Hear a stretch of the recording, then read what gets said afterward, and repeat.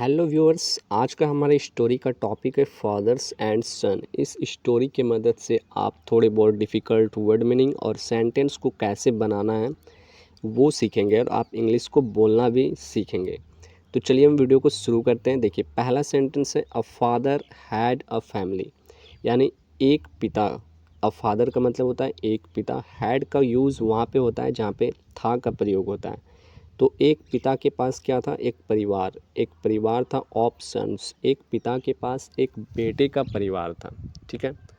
Who were perpetually, जो, who का मतलब जो, वर परपेचुअली का मतलब सदा या फिर निरंतर या फिर हमेशा, जो हमेशा क्या करते थे? क्वारलिंग करते थे अमोंग देमसेल्व्स, यानी आपस में हमेशा झगड़ा करते थे। एक परिवार के पास एक बेटों का एक परिवार था जो हमेशा आपस में झगड़ा करते रहते थे।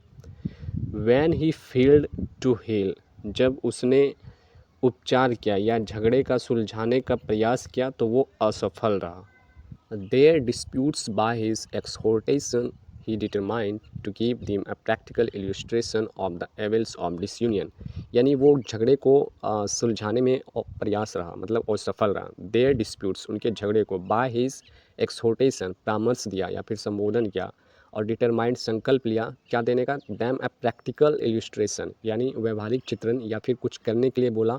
द एविल्स ऑफ डिसयूनियन मतलब होता है ये जो झगड़े का जो बना हुआ था, वियोग की बुराई, उसको ख़त्म करने के लिए उसने एक प्रैक्टिकल इलस्ट्रेशन दिया उसने फादर्स ने कि कैसे इस झगड़े को ख़त्म करना है। उसने कुछ संबोधन दिया। वन डे ही टोल्ड, एक दिन ही टोल्ड उसने कहा, हिट सन, किससे कहा? अपने बेटे से। टू ब्रिंग मतलब लाने के लिए। हिम उसे एक बंडल ऑफ स्टिक्स का मतलब होता है लकड़ियों का बंडल।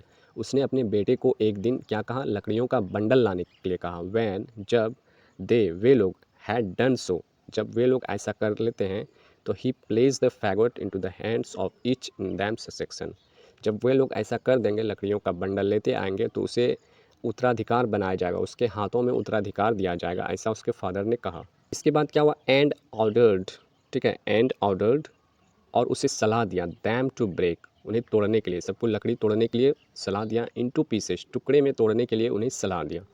दे ट्राइड, उन लोगों ने कोशिश किया। विथ ऑल देयर स्ट्रेंथ, सारी मजबूती के साथ उन्होंने कोशिश किया लकड़ी को तोड़ने का। एंड, और, were not able to do, और इसमें सक्षम वो लोग नहीं हो पाए। नॉट एबल टू डू, इसमें सक्षम नहीं हो पाए। ही नेक्स्ट ओपन द फोगट, फैगोट उसे बोला जाता है, जो लकड़ी का गट्ठर जो होता है उसे फैगोट बोला जाता है। फिर नेक्स्ट आदमी को दिया गया अलग से उसे तोड़ने के लिए। Took the stick separately one by one, इसके बाद एक एक करके तीनों भाई को अलग अलग सेपरेट करने के लिए अलग से उसे तोड़ने के लिए बोला गया।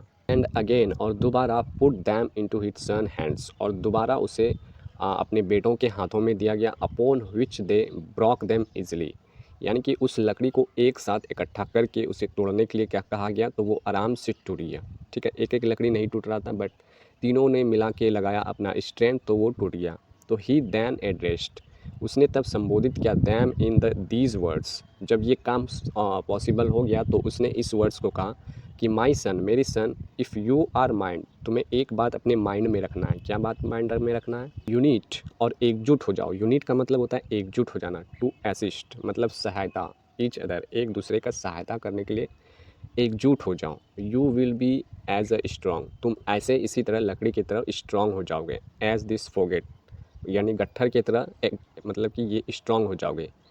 यूनिजर्ड by all the attempts of your enemies, यानी कोई भी एनिमीज़ हो, कोई भी अटैम्प्ट करे तो उससे तुम छुटकारा पा सकते हो, उसमें तुम फंसोगे नहीं।